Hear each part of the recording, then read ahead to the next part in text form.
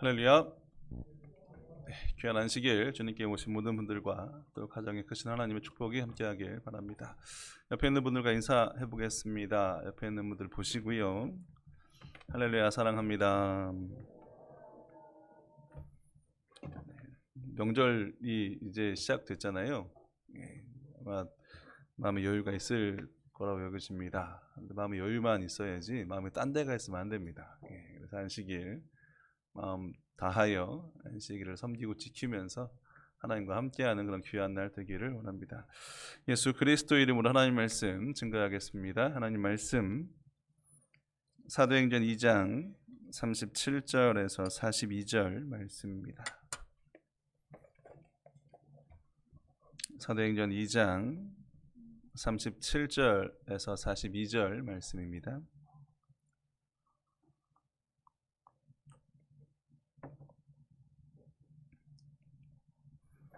사도행전 2장 37절에서 42절 말씀. 37절 제가 읽겠습니다. 저희가 이 말을 듣고 마음에 찔려 베드로와 다른 사도들에게 물어 가로되 형제들아 우리가 어찌할꼬 하거늘 베드로가 가로되 너희가 회개하여 각각 예수 그리스도의 이름으로 세례를 받고 죄 사함을 얻으라. 그리하면 성령을 선물로 받으리니 이 약속은 너희와 너희 자녀와 모든 먼 데의 사람 곧 주 우리 하나님이 얼마든지 부르시는 자들에게 하신 것이라 하고 또 여러 말로 확증하며 권하여 가로되 너희가 이 패역한 세대에서 구원을 받으라 하니 그 말을 받는 사람들은 세례를 받으매 이날의 제자의 수가 3,000이나 더하더라. 저희가 사도의 가르침을 받아 서로 교제하며 떡을 떼며 기도하기를 전혀 힘쓰니라. 아멘. 오늘 말씀의 제목은 새롭게 되어라는 말씀의 제목입니다. 2022년이 시작한 지 엊그제 같은데 벌써 한 달이 됐습니다. 참 시간이 빠르다라는 생각을 하게 돼요. 돌아보면 지난 4년이라는 시간도 참 빨랐다라고 생각이 됩니다. 제가 온 지 벌써 4년이 되었더라고요. 참 많은 일들이 있었고요. 많은 이제 상황들이 그 4년의 시간 동안 있었다라고 생각합니다. 감사한 것은 하나님이 함께 하셨고 하나님의 인도하심 속에서 보냈던 시간이었다라는 생각이 또 들고 그것에 감사하고 있습니다. 아쉬운 건 코로나19가 2년 전에 발행됐습니다. 그리고 2년이란 시간을 사실 많이 위축된 모습 속에서 우리가 신앙생활을 했던 것이 참 안타까운 부분의 하나라는 것입니다. 코로나19의 시작이 어디라고 이야기합니까? 중국이라고 이야기합니다. 중국의 한 실험실에서 바이러스가 생겨났고 확산되어서 지금 전 세계에 다 퍼져나가게 되는, 사실 처음만 놓고 보면 이렇게까지 될까 싶었습니다. 이렇게 되었더라고요.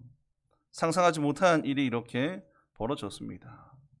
2년의 시간 동안 사람들은 이 코로나를 어떻게 이겨낼까, 또 어떻게 이것으로부터 자유로워질까, 참 많은 방법과 많은 다양한 방법들로 이 부분을 이겨내려고 지금도 애쓰고 있습니다. 근데 한편으로 어떤 이야기가 있습니까? 코로나19가 끝이 아니라는 거예요.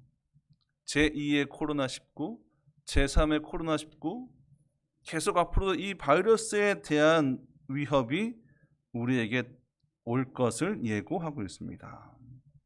여러분, 그 이야기는 뭐냐면 지금 코로나19를 대처하는 이 방법, 이것도 충분히 이루어져야 되지만 앞으로 일어나게 될 일에 대해서도 뭐예요? 우리가 대비해야 된다는 거예요. 그럼 어떻게 2년이란 지난 이 시간 속에서 이 부분을 대처할 수 있을까? 결국은 시스템을 바꾸는 것밖에 없습니다. 이 말은 뭐냐면 어떻게 코로나를 치료할까 이 방법에만 집중하는 것이 아니라 아주 근본적인 것부터 뭐예요? 바꿔야 된다는 거예요. 근본적인 것부터 해결되어야 한다는 것입니다. 앞서 이야기한 것처럼 코로나19는 중국의 한 연구소로부터 이제 이 바이러스가 출현됐고요. 또 확산됐습니다. 그런데 한편으로 생각해 보면 바이러스를 연구하는 실험실이 중국 이곳에만 있을까요? 모르긴 몰라도 전 세계에서 이 연구는 그와 같은 연구는 이루어지고 있다라는 거예요. 그 말은 어느 한 곳에서 또 터지면 지금 같은 상황에 또다시 벌어질 수 있다라는 것입니다. 왜 각 나라마다 바이러스를 연구하고 실험실에서 이런저런 다양한 연구들을 할까요? 결국은 자국 이익 때문이에요. 자국의 이익, 자국의 우선주의로 인한 그 생각들이 너나 할 것 없이 이와 같은 연구들을 실험들을 하고 있다라는 것입니다. 시스템을 바꾼다는 건 뭐냐면, 근본적인 해결책을 제시하는 건 뭐냐면, 이제 자국 우선 이익주의에서 벗어나 인류가 함께 공존하여 평화롭게 살아가는 것, 그것을 연구하고요. 그것을 위해 노력하는 모습으로 각국이 바뀌어진다면, 여러분 지금 같은 상황은 사실 또다시 일어나지 않을 수도 있을 상황이 되는 거예요. 공존에 대한 부분으로 우리가 접근해 봐야 된다는 것입니다. 여러분 아시는 것처럼 이 지구는 우리 때에서 끝나는 곳이 아니어야 해요. 우리 때에 이 부분이 훼손되고 오염되고 이러한 문제들로 인해서 힘들어지는 것이 아니라, 바뀌어지는 것이 아니라 계속 지켜질 수 있는 것, 아니 지켜져야 되는 것, 전 세계가 평화로서 화합되어 나가야 되는 것. 여러분 2년이란 코로나의 시간 뒤에 우리가 찾아야 되는 부분이, 아니 우리가 생각해야 되는 부분이 바로 여기에 있다라는 거예요. 코로나19로 인해서 교회, 앞서 말씀드린 것처럼 위축됐습니다. 그럼 이제 교회는 어떻게 해야 될까? 단 한 번도 겪어보지 못한 교회 믿음 생활, 예배가 중단되고 대면 예배가 온라인 예배가 되고, 물론 신앙생활의 이런저런 제약들을 조금은 뭐예요? 돌파하기 위한 방법들이 계속 강구되었고요. 그래서 온라인 예배니 줌 회의니 줌 기도회니 이런 방법들이 계속 대체되고 있습니다. 하지만 방법으로 해결될 수 없다라는 거예요. 뭔가 근본적인 해결책을, 이 신앙의 해결책을 우리가 찾고 또 그것을 간구하며 또 그것으로 우리가 새롭게 되어져야 될 것. 내 믿음 생활 속에서 없앨 것은 없애고요, 바꿀 것은 바꾸고요, 수정할 것은 수정하면서 신앙생활을 해나가야 됩니다. 교회가 교회답게, 성도가 성도답게, 여러분 다운 모습으로 새로워지는 것, 여러분 그 부분을 우리는 코로나라는 이 2년이란 시간이 지난 이 시점에서 한번 생각해 봐야 되고요. 오늘 말씀은 그러기 위해서 우리가 어떻게 해야 될지를 또한 들려주고 있습니다. 우리가 조금 더 새로워지고 조금 더 변화되어 온전한 그리스도인으로서, 성도로서 살아가기 위한 그 해결책, 첫 번째는 하나님의 말씀으로 열심 내는 거예요.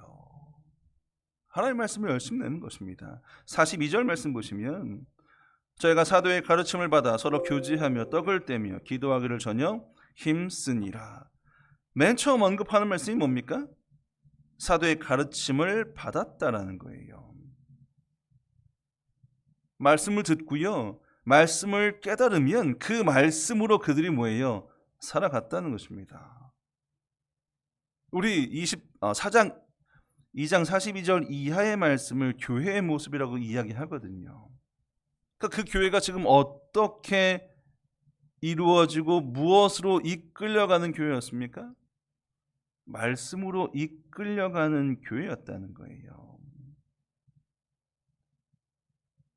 믿음 생활 속에서 믿음이 왜곡되는 때가 언제입니까?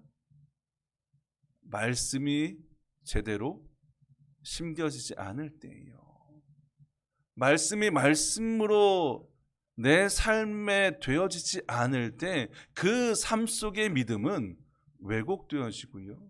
잘못된 것이 진실인 양 그것을 붙들고 그것을 가지고 살아가는 것 그렇게 바뀌어진다는 것입니다.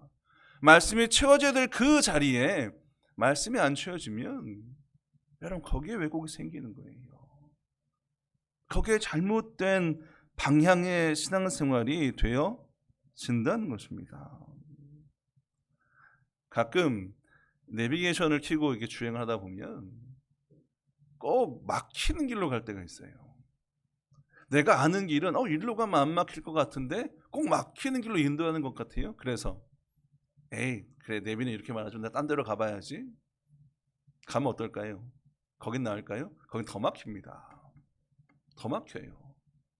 또 내비를 따라가다가 이 길이 아닌 것 같은데 일로 가지? 여기가 맞을 거야. 가면 어떻게 될까요? 거기가 맞을까요? 물론 맞을 때도 있겠죠. 근데 제 경험상 대부분은 뭐예요? 엉뚱한 길로 갑니다. 엉뚱한 길로 가요. 말씀 우리 인생의 내비게이션이라면 때론 우리가 그 말씀대로 하지 않으므로 이것이 맞을 거야 라고 움직이는 순간 뭐예요? 잘못된 길로 가게 되더라는 거예요. 오늘 말씀을 보시면 37, 38절 말씀에 저희가 이 말을 듣고 마음에 찔려 베드로와 다른 사도들에게 물어 가로되 형제들아 우리가 어찌할꼬 하거늘. 성령이 임한 후에 베드로가 설교합니다. 하나님의 말씀을 증거했어요. 그 말씀을 들은 사람들이 그 마음에 찔림을 받았습니다. 말씀이 그들의 마음을 찔리게 했다라는 거예요. 말씀의 능력이 여기 있습니다. 그들이 왜 찔렸습니까? 그들은 예수님을 왜곡해서 바라봤고요. 결국 예수님을 십자가에 못 박게 했고요.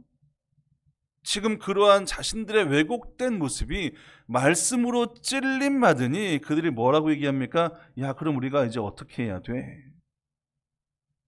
어떻게 해야 돼? 물어요. 왜곡된 삶의 자리에서 다시 회복된 삶의 자리로 나가는 방법을 묻더라는 거예요. 베드로가 증거하죠. 너희 회개해. 세례 받고 죄사함 받아. 성령을 선물로 받을 거야. 실제 그들은 41절 그 말을 받는 사람들은 세례를 받음에 이날의 제자의 수가 3,000이나 더 하더라. 그들이 새롭게 됐습니다. 그들이 어떤 삶을 살아요? 제자로서의 삶을 살아갑니다. 왜곡된 삶의 자리에서 제자의 삶의 자리로 옮겨진 것, 지금 그들이 말씀을 통해 깨달음을 얻고요. 말씀의 능력으로 그들이 이와 같은 변화의 자리에 서게 되더라는 거예요. 말씀에 찔림이 없으면 그들이 무슨 회개를 하겠습니까? 그들이 무슨 세례를 받겠냐는 거예요. 말씀의 찔림이, 말씀의 능력이 오늘 이와 같은 일로 되어진다는 것입니다. 말씀으로 우리가 더욱 믿음 생활을 다시 회복하는 것. 한 통계를 보면 이런 통계가 있어요. 믿음을 갖고 있는 교회에 다니고 있는 사람들에 대해서 성경을 읽는 때 이게 언제일까 조사를 했습니다. 재밌는 건 성경을 예배 현장에 와서만 보는 사람들이 무려 60%가 넘는데요. 그러니까 성경을 평소에 안 보다가 언제 본다는 거예요? 예배 때 와서 본다는 거예요. 이게 몇 프로? 60%. 그러면 3명 중에 1명은 그렇다는 거예요. 기본적으로 성경을 가까이 하지 않는 삶에 사람들은 익숙하다는 것입니다. 여러분, 말씀을 가까이 하지 않으면 결국 우리의 삶의 왜곡이 일어난다니까요. 그럼 자꾸 뭘 쫓게 돼요? 세상 쫓게 되는 거예요. 근데 그것이 맞다라고 여기며 계속 그 길로 가는 거예요. 말씀은 아니라고 말해도 내 생각, 내 주장은 세상은 아니거든요. 자꾸 이렇게 가라고 말하거든요. 그럼 그 길로 가는 거예요. 성경을 가까이 하는 것, 말씀을 가까이 하는 것. 여러분, 예배의 자리는 말씀이 선포되는 자리이고요, 하나님의 말씀을 통해 우리를 깨닫게 하시고요, 우리의 생각과 우리의 사고를 더욱 말씀으로 이끌어가게 하시기 위한 시간이 예배 시간. 여러분, 말씀에 그 모든 것이 담겨 있습니다. 말씀의 능력으로, 말씀을 가까이 함으로, 말씀으로 더욱 새로워지는 것. 여러분, 그것이 지금 이 시간들 속에서 우리가 우리의 삶의 모습을 돌아봐야 될 자리라는 거예요. 두 번째는 뭡니까?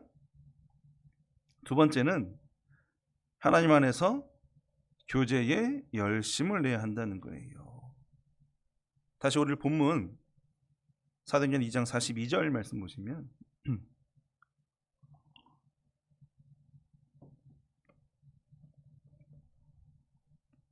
2장 42절입니다. 저희가 사도의 가르침을 받아 서로 교제하며 떡을 떼며 기도하기를 전혀 힘쓰니라. 가르침 받는 게 첫 번째였고요. 두 번째가 뭡니까? 서로 교제합니다. 초대교회 모습 속에 무엇이 있다고요? 교제가 있다라는 거예요. 여러분, 이 교제는 우리 원어로 뭐라고 얘기합니까? 코이노니아라고 이야기해요. 코이노니아라는 그 말은 서로 나누어 사귀면서 가까워지고 하나가 되어가는 관계를 말해요. 근데 이게 초대교회에 두드러진 특징이었다는 거예요. 아시는 것처럼 그때 사회는 신분이 명확히 구분되어 있는 사회였고요, 유대인, 이방인 구분되어져 있었고요. 그러니까 모든 것이 하나가 될 수 없는 시대 상황의 그때의 모습이었습니다. 그런데 교회는 어땠다고요? 교회는 하나가 되어 있다는 거예요. 갈릴리 사람들과 유대 사람들, 그들은 똑같은 기준을 놓고 살아갔던 사람들일까요? 아니에요. 갈릴리는 변방이었고 이방의 갈릴리였고요, 천대받는 사람들이었습니다. 반면 유대, 예루살렘에 있던 사람들은, 이 사람들은 투철하게 자기들이 최고인 양 그 중심 속에 살던 사람들이 그들이에요. 근데 뭐예요? 그들이 서로 하나가 돼서 교제하고 있다는 거예요. 한 공동체를 이루고 있더라는 것입니다. 당시 유대인들 중에는 이스라엘에 남아있는 유대인도 있었지만 저 멀리 떠나서 있던 유대인도 있었습니다. 디아스포라 유대인. 서로의 문화가 달랐습니다. 서로의 성장 배경이 달랐어요. 서로 섞일 수 있어요, 없어요? 힘듭니다. 하지만 그들이 뭐예요? 한 자리에 모여 있더라는 거예요. 계급, 귀천 다 다른데 그 다른 사람들이 다 모여서 한 곳에서 하나의 공동체를 이루고 있었다는 것입니다.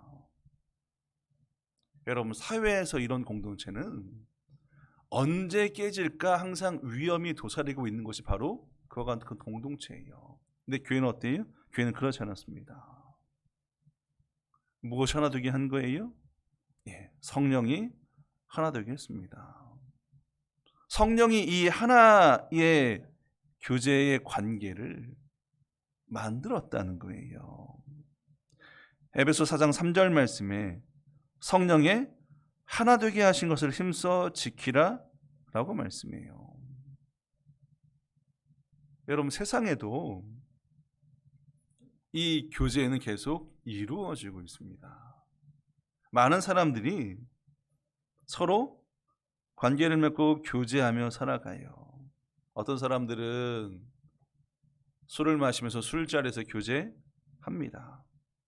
어떤 사람들은 노래방 가서 노래하며 교제해요. 어떤 사람들은 카페에 가서 차 마시면서 교제합니다. 어떤 사람들은 골프 치며 교제하고요. 어떤 사람들은 게임 속에서 모여서 게임으로 교제합니다.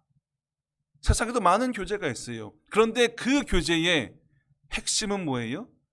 여러분, 그 교제가 이루어진다는 것은 결국 뭐예요? 나를 위한 교제예요.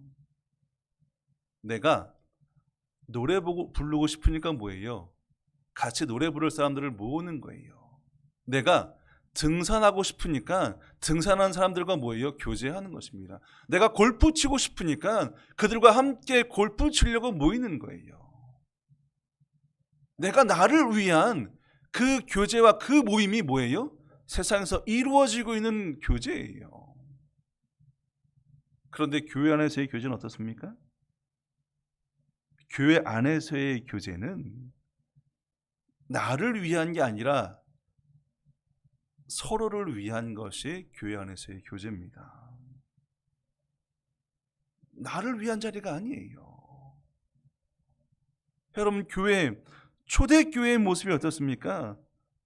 도와줌에 있어서, 나눠줌에 있어서 그들은 아낌이 없어요. 과부, 고아 돌보고 도와주고, 가난한 자, 빈한 자, 그들을 챙겨주고 그들과 함께 하는 것. 그들은 나와 상관없어. 내버려 두지 않습니다. 보살피고 챙겨요. 서로 사랑으로 그들이 함께하고 있습니다. 이건 누굴 위한 거예요? 그들을 위한 거예요. 서로를 위한 것입니다. 교회에서 기도해요. 그런데 그 기도는 내가 중심입니까? 아니면 교회를 위해서, 성도들을 위해서 기도하는 거예요? 우리 중보기도라고 하잖아요. 서로를 위한 기도잖아요. 서로를 위해 기도하기에 모인 거잖아요. 교회에서 뭐 합니까? 어떻게 하면 전도할까? 어떻게 하면 복음을 전할까? 여러분, 복음 전하고 전도하는 건 이건 나를 위한 것입니까? 나만을 위한 건가요? 그렇지 않아요. 복음을 듣지 못한 그들을 위한 거잖아요. 하나님의 백성이고 예수님의 보혈의 사랑을 받은 그들이지만 깨닫지 못해서 살아가고 있는 그들을 다시 예수님과 관계 맺게 하는 것, 이 사랑의 교제 안으로 들어오게 하는 것, 나를 위한 겁니까? 그들을 위한 거고요. 하나님을 위한 거고요. 그리고 나서 뭐예요? 나에게도 위함이 있는 거예요. 여러분, 이게 교회에서의 교제예요. 세상의 교제와 교회에서의 교제, 영적인 교제, 이렇게 다르다는 거예요. 그런데 그 교제의 중심은 뭐였습니까? 성령이었어요. 하나님이 하셨다는 것입니다. 성령 말씀 과정 가운데 성령이 뭐예요? 새롭게 하심이 있잖아요. 새롭게 하심이 있습니다. 우리가 교회에서 하고 있는 교제의 모습을 우리가 새롭게 해야 된다는 거예요. 새로운 모습으로 바꿔가야 된다는 것입니다. 서로를 위한, 서로를 향한, 여러분, 이 교제의 모습이 회복되어지고요. 다시 그 교제의 모습으로 우리가 우리 공동체를 만들어 간다면 분명 그곳에 하나됨이 있습니다. 하나됨의 능력이 있다라는 거예요. 세 번째 교훈은 뭐예요? 세 번째 교훈은 기도에 열심 내는 겁니다. 기도에 열심 내는 거예요. 42절 말씀 다시 보시면,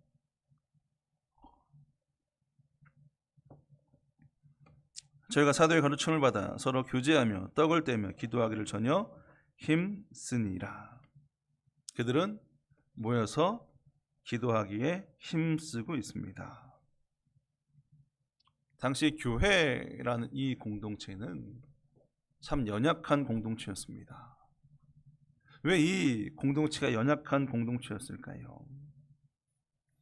당시의 힘은 어디에 있습니까? 유대 종교 지도자들에게 있습니다. 그들이 힘이었고요. 그들이 권력이었어요. 그리고 정치적으로는 로마 총독, 거기가 힘과 권력이었어요. 초대교회는 아무런 힘이 없던 곳이 바로 이 초대교회 공동체입니다. 그러니까 유대교의 핍박, 로마의 핍박이 뭐예요? 그냥 핍박당하고 있잖아요. 숨어 지내고 있고요. 그 어떤 능력도 없던 것이 바로 이 공동체였어요. 하지만 하나님은 거기에 힘을 주십니다. 능력을 주세요. 뭘 통해서 주세요?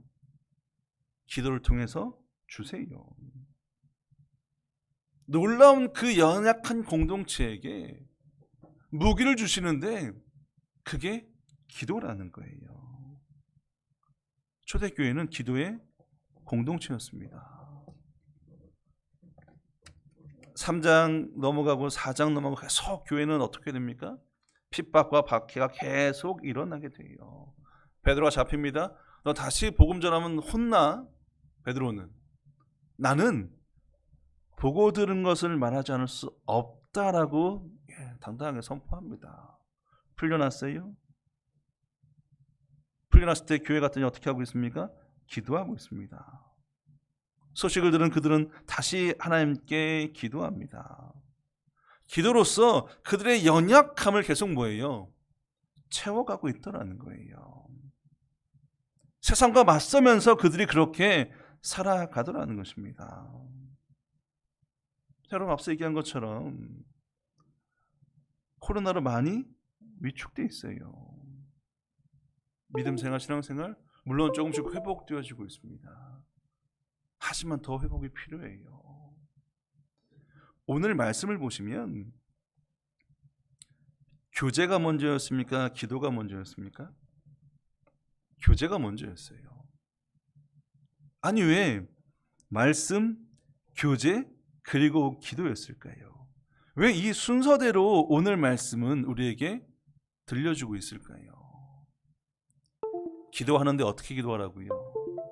함께 기도하라는 거예요. 연합으로 기도하라는 것입니다. 함께 기도하며 나아가야 된다는 거예요. 합심하여 기도하라는 것입니다. 나 혼자 하는 기도에 멈추지 말고요. 교회 안에서, 교회 가운데 서로 합심하는 그 기도의 자리가 만들어져야 되고요. 마련되어서 함께 기도하는 공동체 세워가야 된다는 거예요. 기도에 위축되어 있는 모습이 아니라 서로 함께 기도하면서 기도에 부흥된 공동체로 여러분 세워질 때 분명 하나님은 그것에 함께 하고요. 하나님의 능력은 연약한 그 공동체를 더욱 능력 있게 세우실 거고요. 그 자리에 더 큰 성령의 능력과 역사가 이루어지는 거예요. 사도행전 6장 4절 보시면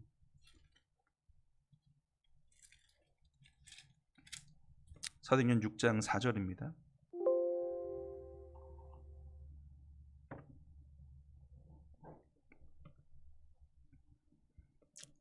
사도행전 6장 4절 우리는 기도하는 것과 말씀 전하는 것을 전무하리라 하니. 교회가 부흥했습니다. 성장하고 있습니다. 그런데 문제가 생겼어요. 그런데 그 문제를 해결하는데 물론 방법적으로 그 문제 해결하는 것을 그들이 찾습니다. 그건 뭐예요? 사람을 세우는 거예요. 여러분 이건 시스템을 바꾸는 거예요. 사람이 세워진 일꾼들로 되어지는 것이 아니라 그들이 사도들이 다 하려다 보니까 뭐예요? 문제가 생기니 뭐예요? 시스템을 바꾸는 거예요. 근본적으로 해결하는 것입니다. 그런데 그것보다 더 근본적인 해결책은 뭐였습니까? 말씀과 기도였다는 거예요. 해결책은 어떻게 해결할까?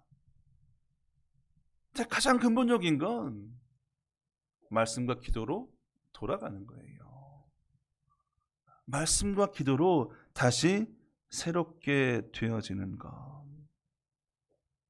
여러분 말씀과 기도가 회복되어지면 그 교회 공동체는 당연히 하나된 공동체로 회복되어지게 되었습니다. 하나로 새롭게 되어진다라는 거예요. 그곳에 하나님의 능력과 역사는 이루어지는 것. 사무엘상 10장 6절 7절 말씀 보시면 사무엘상 10장 6절 7절입니다.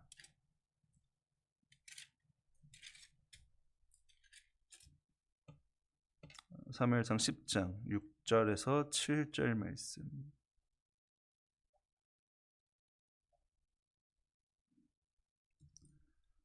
내게는 여호와의 신이 크게 임하리니 너도 그들과 함께 예언을 하고 변하여 새 사람이 되리라. 이 징조가 내게 임하거든 너는 기회를 따라 행하라. 하나님이 너와 함께 하시느니라. 하나님이 사울을 왕으로 세우실 때 사울이 어떻게 됩니까? 6절에 뭐라고 얘기해요? 하나님이 신이 크게 임하게 될 때 너는 새 사람이 된다는 거예요. 하나님의 성령이 임할 때, 함께 하실 때 사울은 왕으로서의 새 사람이 됩니다. 여러분, 다윗이 범죄하고 하나님께 기도할 때 그의 간구가 뭐였습니까? 하나님, 이 신을 거두지 말아주세요. 시편 51편 10절 11절 보시면 시편 51편 10절 11절입니다.